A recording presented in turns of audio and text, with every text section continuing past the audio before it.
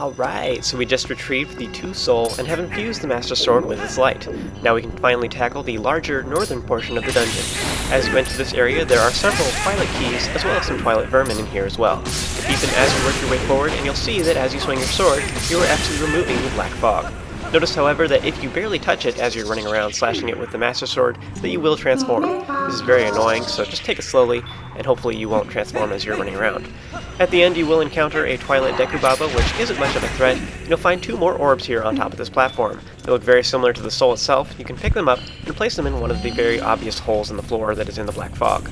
As soon as you do, though, this will make several Twilight vermin appear, so use the spin attack to defeat them. You want to slash away at the fog that is blocking the other slot, and snag the other orb. Now, these ones look very similar to the soul itself, except that they do not glow. I suppose they're supposed to be like little keys or something for the Twilight. Anyway, it's a cool little puzzle either way. Once both of these slots are powered up, some stairs will then rise out of the floor. Sweet.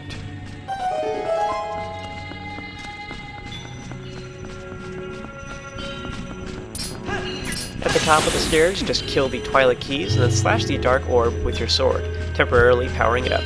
You want to stand on the platform you just created and enjoy this short little ride. The Master Sword looks so cool now, it's like just bleeding with energy. Once you get to the next platform, you want to hop down and kill the Twilight Dekubaba. Quickly run over to the other side and kill the Zant's mask. Now you will find that more will appear in the middle of the area, so use a spin attack to kill those ones, kill the single one on the far end with a regular slash, then return to the first side and use a spin attack on the remaining 2. They're not really as hard as they look, especially when you're expecting them. Once they're all defeated, this will make a large chest appear on the far side. Go ahead and open it to get a small key.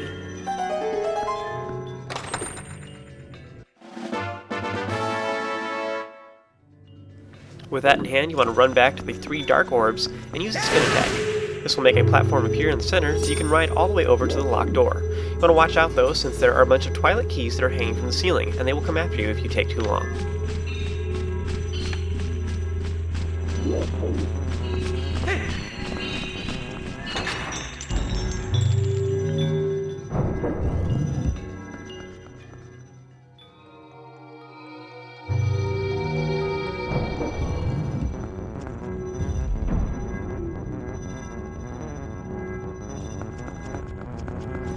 So now we are outdoors, but before heading onward, I recommend you take out a lot of the enemies. There's a Shadow Beast that is on the end of this platform here, which can be killed easily using a spin attack or a jump attack. There's also a ton of Twilight Kargoroks. Now, these flying enemies can be killed with a single sword strike now that we have the Master Sword, as that it's been empowered. So, to get them to come after you, I recommend you just smack them with a single arrow, or you can just like kind of stand close to them and they will hopefully come after you. So once they do that, then you'll just want to Z-target them and smack them with your sword, which will kill them in a single hit.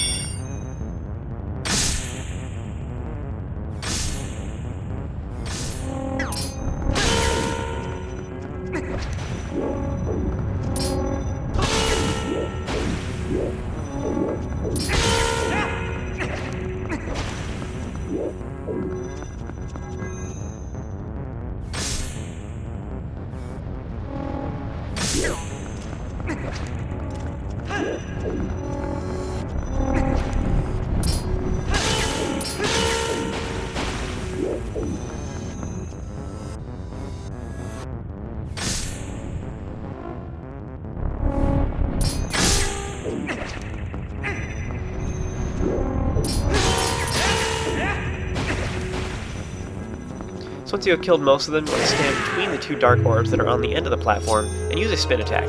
This will activate a platform that will take you over to another platform. But be warned that if there are remaining Twilight Kargoroks, they will come after you, and that makes it kind of a pain.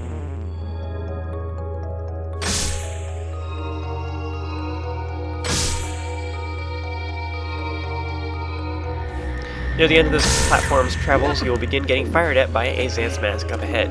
You want to hop off once you get the chance and kill it with a single sword strike.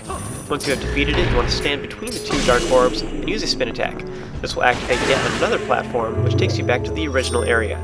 Pointless? No, because now there are more Zant's masks to take care of, and you'll see why here in just a moment.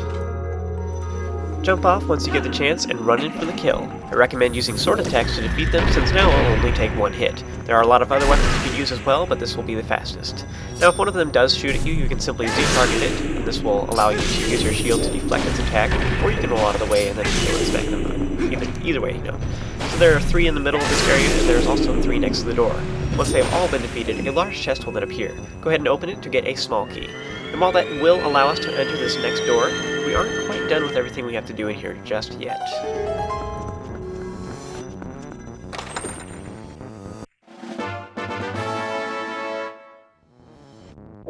So before moving onward, you'll see that there's a chest on our minimap that is in this room, and it's behind this waterfall of black fog.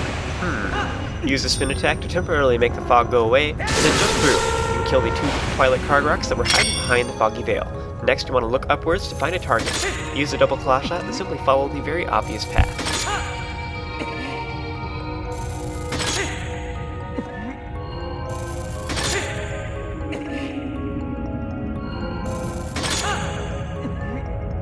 At the top, you want to open the large black chest to get the big key.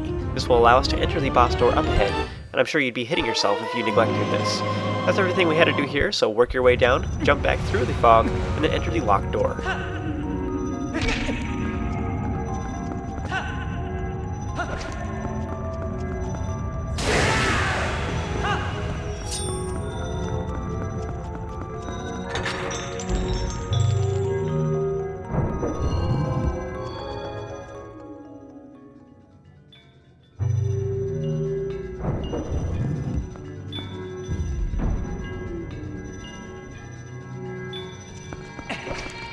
In this new room, some Twilight barriers will block you in as soon as you run forward. The Shadow Beast will drop from the ceiling just after a moment, so just be patient. Once they do make an appearance, you want to use either Minda's charge attack to defeat them all at once, or use a spin attack. If you have the Great Spin, this makes this even easier. You want to slash through the black fog, and you'll find some black orbs that are hiding kind of in the middle. You want to stand right in the center of them, and then use the spin attack to hit all of the orbs at once. This will activate a platform which lifts up into the air. Face back towards the door you entered from, and when the platforms appear, you want to jump to the one straight ahead. At the second set of platforms, you want to go ahead and jump to the one to the north, which if you were playing the Wii version will be to your left. Up ahead, you do not want to use the claw shot on the target. Instead, you want to jump over and kill the Twilight Dekubaba. Otherwise, it will knock you off and you'll land down in the abyss. You want to jump onto the next platform, which will slowly rise and will take you over to the far side up a little higher.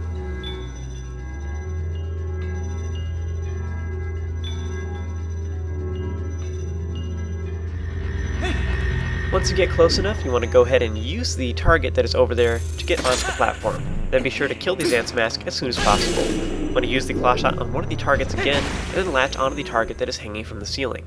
Be warned though, there is a Zant's mask that is across the room now, which will begin shooting at you. You want to raise and lower yourself to avoid its attacks. Just be sure that you are high enough so that you don't get knocked down by the platform when it comes and it touches you. So the steel platform is coming towards me right now. If you're too low, you will actually touch the side of it and it will make you fall all the way to the floor. That's really lame, so don't do that. You want to land on the platform as soon as possible and wait for it to get over to the other side. Once you get close enough, you want to go ahead and use the target to get over there and then kill the Zant's mask. Now refrain from jumping real quick, because once you have killed all the enemies in this room, then this will initiate this little cutscene. So if you're in the middle of jumping, then you can actually make you fall down. So once they're all defeated, the large chest will then appear. You want to hop over and open it to get a small key.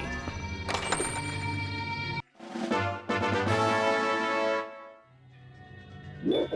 You want to jump back to the platform on the ledge, and then this will begin taking you upwards into the next little area, and then enter the door.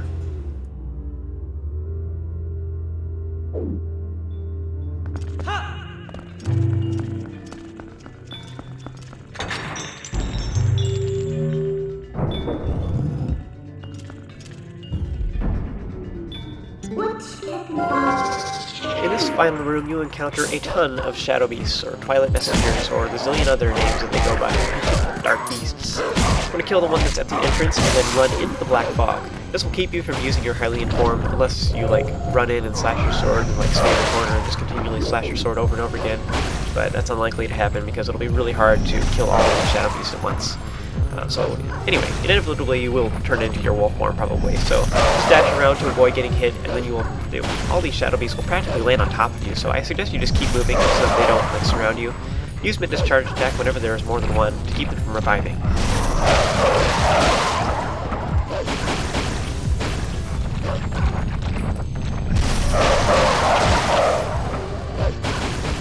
Once they're all defeated, the fog will then lift from the room, except for the far corners, which kind of looks like you know, the place where it's removed is like a circle shape. So I think what Nintendo did was they simply inserted a soul-type mechanic here, so it's like an invisible soul, and it makes all the fog disappear, for this first part anyway. So anyway, it's not that that really matters, I suppose.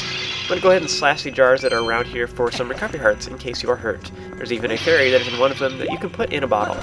So when you're done and you are ready, then go ahead and enter the boss door for the confrontation with Zant. Bum bum bum.